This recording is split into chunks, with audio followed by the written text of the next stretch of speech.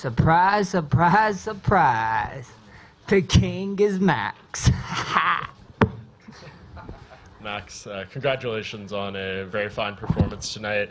You set all kinds of records, most significant strikes landed in a fight, in a round, all these different things could go on and on. Did this performance surpass even your own expectations, or did you think it would go that way? No, man. I always try to set the bar, you know. I told you guys, I'm set the bar. Come beat me. I dare you. You know, and, you know, I didn't break the records, actually. Ortega actually did it for me. You know, he's taking a lot of punches, so you know this is not one-sided. That guy was taking some damage, so you know, toodles with him, and you know, on to the next. You know, like I said, Bless Express is stopping T-City. You know, all aboard. Don't miss the seat. We're going to UFC Hawaii now. Dana, take me home. I want a virgin lava flow on the beach. So let's go. Yeah. You mentioned Brian's toughness. I mean, were you surprised that he was able to take some of those shots? You know, didn't even get a knockdown or anything like that. That he was just able to keep taking them. Not at all. You know, it's just in our blood. You know, it's in when you watch a Hawaiian fight like BJ. You know, you see him take some shots. You see me take some shots, and you watch Mexicans. They can take some shots. You know, so it's just in his blood. It's in. You know, when UFC say fighting is in our DNA. You know, I think he got really fighting in his DNA. You know, in his heritage. They like me. So. It is what it is, you know. Like I said, it's Shark Week, and that's Max Week, and he got to come to the deep waters, you know. And we found out if it was sink or swim, so we got to answer the question. Do you think they made the right call stopping it after the 4th round? You know, it sucks, you know. I was on some bad calls, some doctors, so I know how he feels, you know. But it is what it is. They're in there for our safety. If it was one more round, it's going to be one more round of the same thing. So, you know, the doctors is doing their job. And last thing from me, Dana was in here earlier, and I'm sure you've been asked about it already. He wants you to go up to lightweight. And I kind of asked him, obviously, if you did that, you'd be giving up your belt. I'm sure there's certain things in your contract that are beneficial with being a champion and stuff. So when it comes to all that, I mean, do you need some sort of assurances if you do go up, whether it's a title fight right away, certain things in your contract? Is that all part of it? Look, Dana White is the boss. You know, the boss is looking for super fights, you know. All the UFC guys, you guys be talking about me fighting at 55 for super fights. So if it's you know, I keep hearing the name Conor, you know, Khabib, and you know, at the end of the day, they got something to figure out. I think so. It's after this fight, actually, right? The little press thing that they're going on. So hopefully they can figure it out. Wish the best of luck to them, and we can sit down with Dana. We'll figure it out. Tony Ferguson said he'd like to fight you. Hey, we see what happens. You know, that's a fun fight. I mean, you guys watching Bet It. Someone called me, Tony, so I got a bone to pick. Max, you're 16-3 now in the UFC, 13-fight win streak. You just tied GSP, John Jones, Demetrius Johnson, right behind Anderson Silva. Not only are you probably the greatest featherweight ever, you might be one of the greatest fighters of all time. Does that drive you to become the greatest MMA fighter ever? You're wrong. You know, I still believe the greatest featherweight of all time is Jose Aldo. And you know, when I'm 30 or 31 or his age, then you ask me if I'm the greatest featherweight of all time, if I'm stood here. But you know, at the end of the day, I just want to be the pound for pound #1. You know, I'm a champion. I'm defending my belt. Now I'm being #1. If it's up a weight class, it's up. If it's here, defend my throne. If I get to fight one of my good friends, the baddest man on the planet, for that title, bring it on, Kung Fu Panda. I got you, DC. You know, Hawaiians, we love eating, and I can see him very soon. Max, I mean, over 300 strikes landed in that fight. Like he said, you broke all kinds of records. When you're just in there, though, and you're standing in front of this guy and you're just hitting him with shot after shot, and he just is walking forward and not falling down, what is going through your head? Man, this guy got just... I was just thinking, he's going to be in here for 5 rounds taking this much. I hope he's okay, but so be it. It is what it is. He's going to get damaged, you know. That's my game plan. I take it deep waters, you know. Like I said, when you're ready to walk out that door, I'll hold your hand and walk you through that door, you know. But if not, if you're just gonna tough it out, you know, hey, tough man, good for you. Yeah, I mean, you were coming off the longest layoff of your career, and I think you have maybe a bit of a reputation as a slow starter, but you going in there and you were on fire early. It felt like you found your distance really quickly in that fight. Did you really get into it really quickly as opposed to starting slow in your mind, and what went into that? Yeah, you can thank my coaches for that. They they loosened the leash on me on this one in like early in the round. So early in the fight, you know, in the back, they tell me just be loose, just go out there and do your thing already, go attack.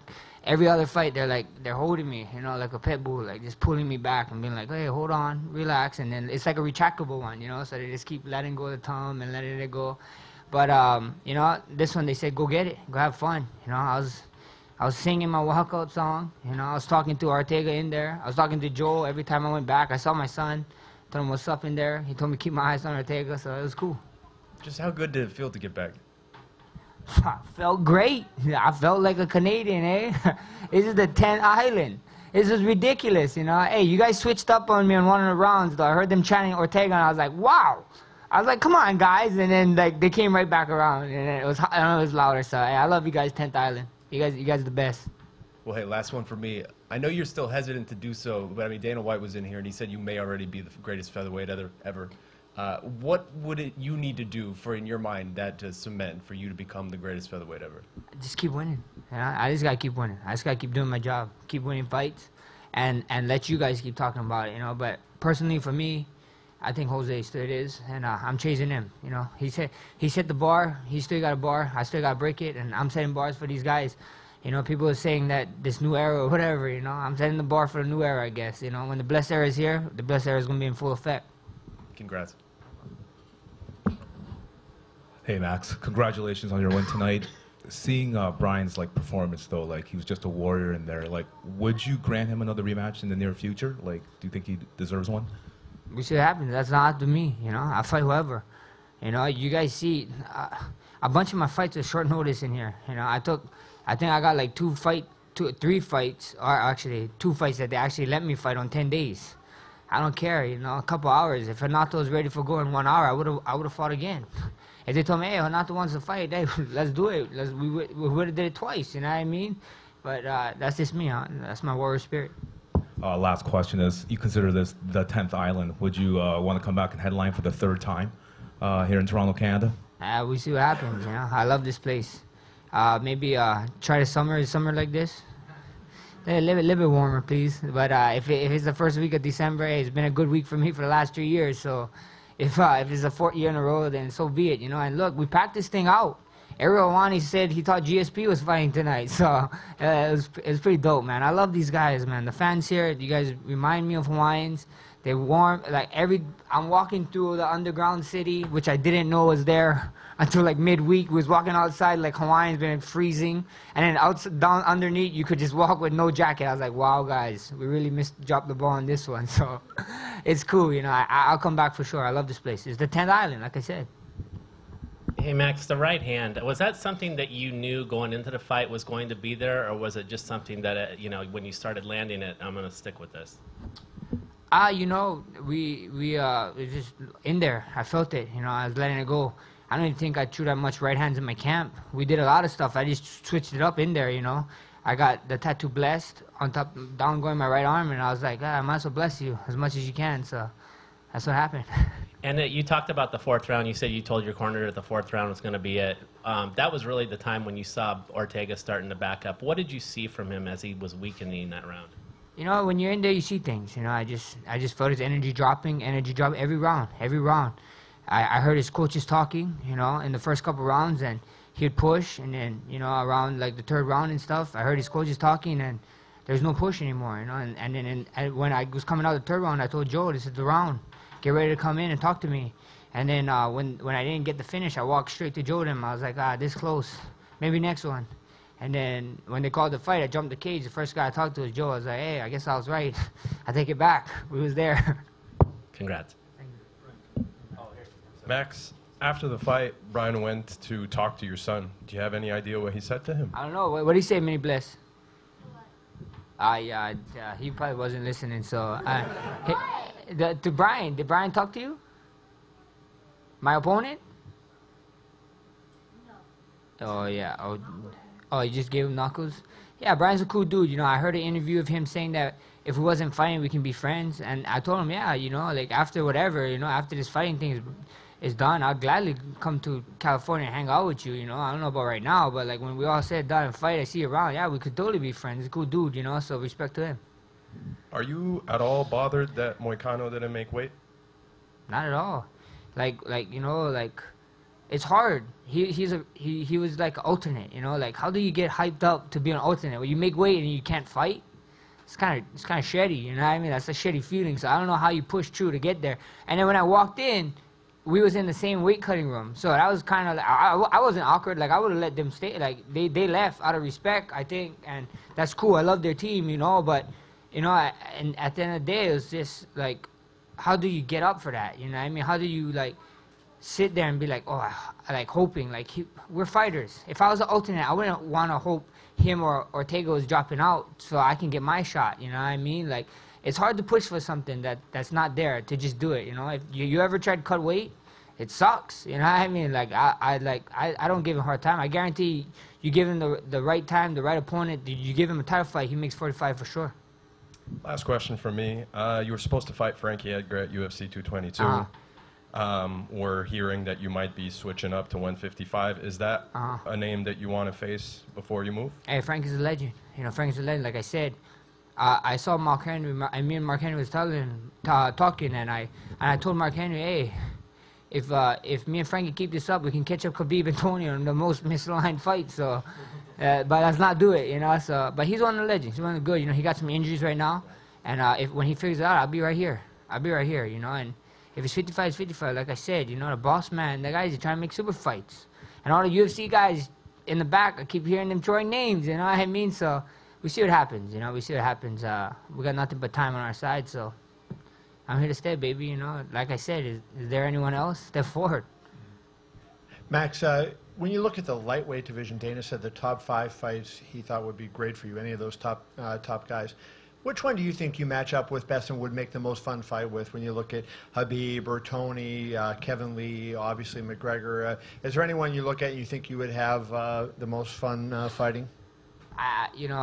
Everybody talk about the top 3 guys, and everybody talk about the Tony. Everybody wants to see me and Connor because we fought when I was a kid. A long time ago. Dennis beat that Max too. Dennis Bermudez beat that Max a couple years ago. So the top 20 featherweights in the world, 30 would beat that Max. So it is what it is. And then Khabib is another undefeated fighter. If I got this niche, I guess I just gave an undefeated fighter his first loss. So maybe that one might excite me the most. And we were supposed to have that one. So we see what happens. I don't know. I ain't picky. Feed me.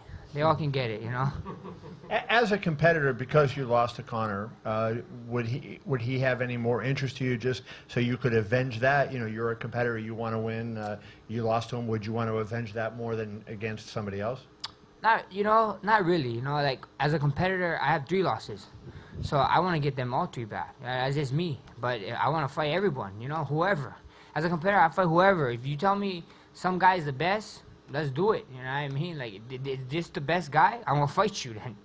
Put your dukes up. Let's trade blows.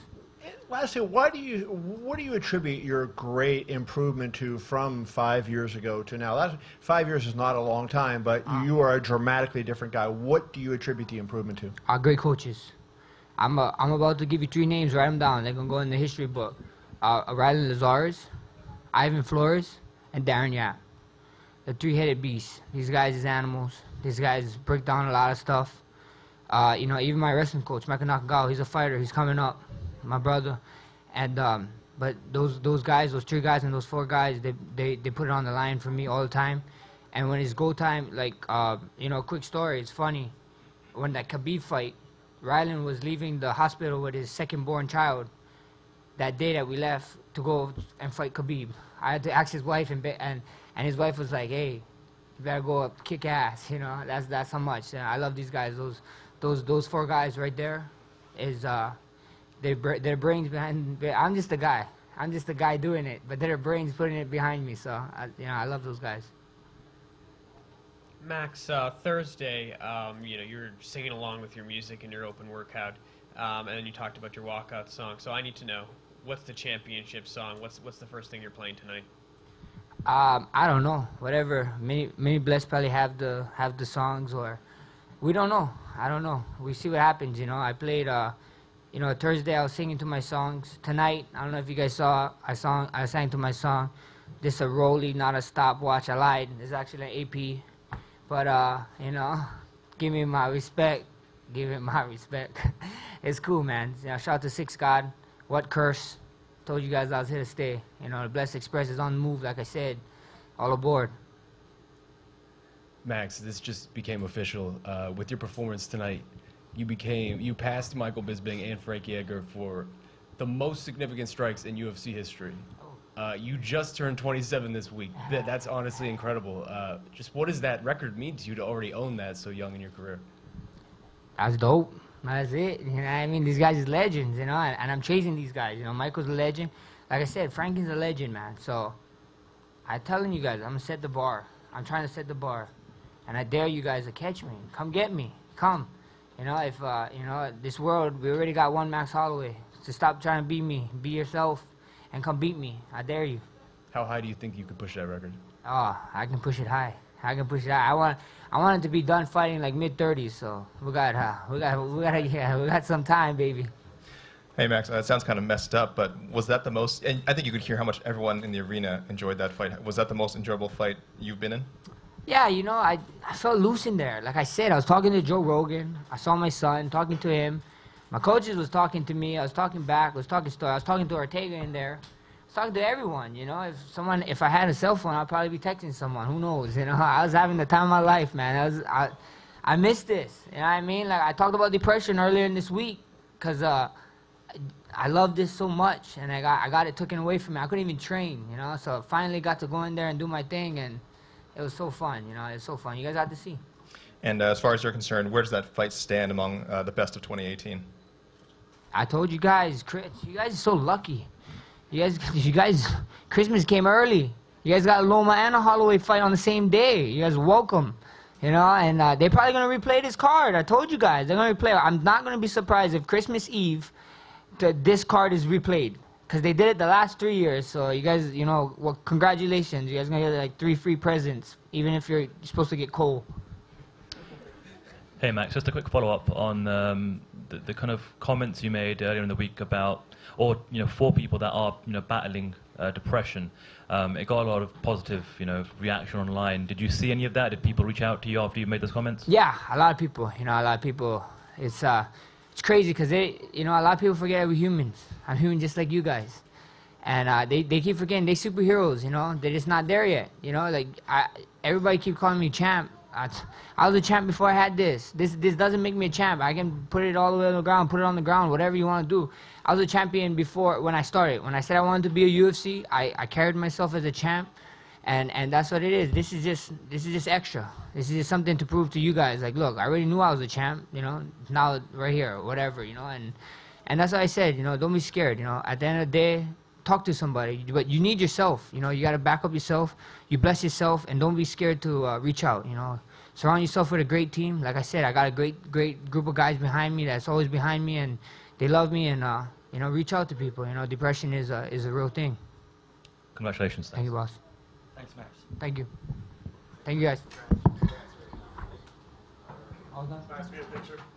Yeah, please.